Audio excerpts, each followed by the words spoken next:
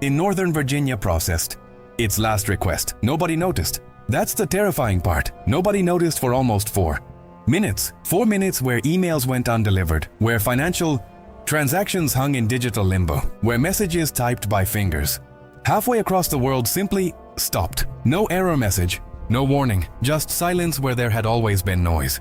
What happened in the 6 hours that followed would become the most studied, most debated, most unsettling sequence of events in modern history. Not because of what was lost, but because of what was revealed about how fragile everything really is, about how completely, terrifyingly, we handed our world over to something we never think about until it's gone. This is the story of those 6 hours, from the first flicker of failure to the moment engineers looked at each other across darkened server rooms and said the words nobody had rehearsed. We don't know how to stop it. It started the way most catastrophes do, quietly, without drama, without any signal that the world was about to change. At 11:43 p.m. Eastern Standard Time, an automated monitoring system at a major internet exchange point in Ashburn, Virginia, one of the most data-dense locations on the entire planet, registered an anomaly. Not a crash, not an outage, an anomaly, a tiny inconsistency in routing tables, a whisper in the architecture, the kind of thing that gets flagged, logged, and usually resolved before a single human being ever reads the alert. But this one was different. The anomaly spread, not like a wave crashes, more like ink dropped in water, slowly, catastrophically, expanding outward. Within 11 minutes, 3 of the 5 major internet exchange points on the eastern seaboard were showing irregular behavior. Traffic was beginning to loop, data bouncing between nodes, going in circles, finding no exit. The internet is a system built on trust. Routers trusting that their routing information is accurate, and something was lying to them. The first engineers to recognize the severity were a small team outside Seattle. They'd been watching cascading alerts for 20 minutes, applying patches that dissolved the moment they were implemented. One of them described it as trying to plug holes in a dam with your bare hands while the water kept rising. She said, every time we thought we were stabilizing it, something new would break somewhere further out. Within 40 minutes, the problem had jumped continents. At 12:31 a.m., internet service providers across Western Europe began detecting major packet loss. What that means in plain language is this: information being sent across the internet was disappearing. Not being delayed, not being rerouted, vanishing. Users in London noticed first, pages loading halfway and stopping, video calls freezing mid-sentence, that spinning circle that never resolves. Within minutes, reports were flooding social media.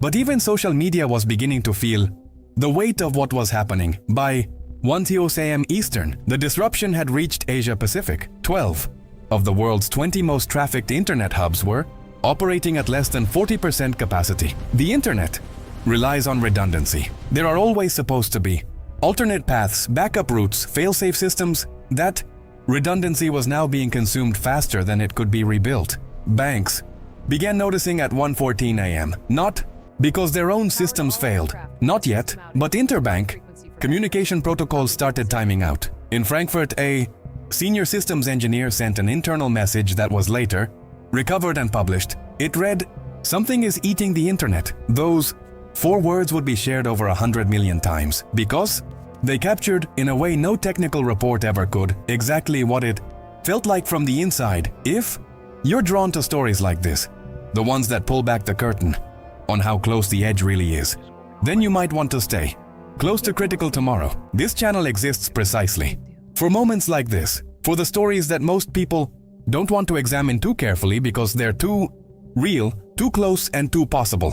Subscribe if you haven't already, because where this story goes next, you're not going to want to miss it. By 2 a.m., the crisis had a name inside government and corporate emergency operations centers worldwide. They called it Cascade.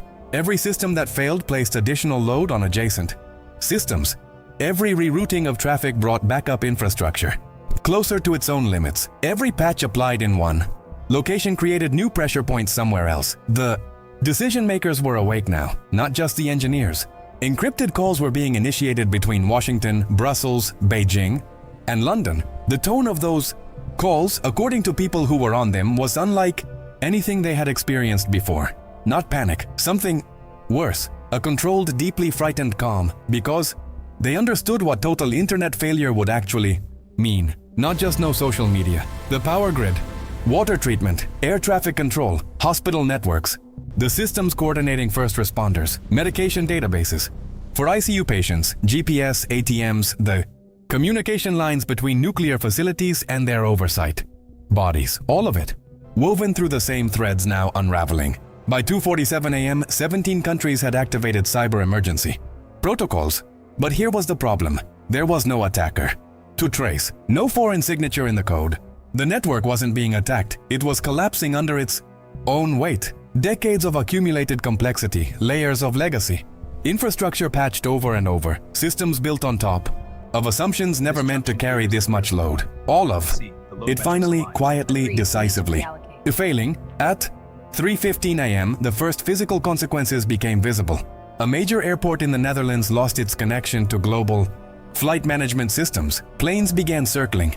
Runways went silent. Crews tried to reach operation centers by telephone. Old-fashioned landline telephone. Most people had forgotten those still existed. Here is where the story becomes something different. Here is where it stops being about infrastructure and becomes about people. At 3:30 in the morning, in cities and towns across 6 continents, ordinary people were waking up to something strange. Their phones were dark, not dead. The devices still worked, but the apps weren't loading.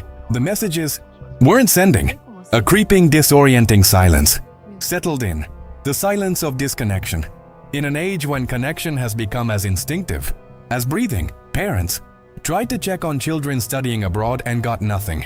A woman in São Paulo tried to reach her mother in Portugal for 2 hours before sitting on her kitchen floor in tears. An elderly man in Seoul who managed his insulin schedule through an app sat in a darkened room trying to remember the last dosage he'd written down. He couldn't.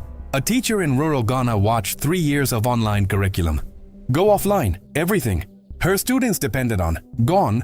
What struck people most wasn't fear that something dramatic had happened. It was that they didn't know, couldn't know. The system they used to understand the world had stopped working. For the first time in their conscious memory, they were informationally alone. Just the dark. By 4:47 a.m., 3 satellite ground relay stations in low Earth orbit had lost synchronization. For 11 minutes, maritime GPS across the North Atlantic became unreliable. Cargo, ships, tankers, passenger vessels navigating on backup systems, on older instruments, on pure officer judgment. 11 minutes, and nobody outside a handful of operations rooms even knew it was happening. At 5:33 a.m., something shifted, not a fix, a slowing. The cascade decelerated. Not because anyone had stopped it, but because enough nodes had gone dark that the looping traffic had fewer places to go.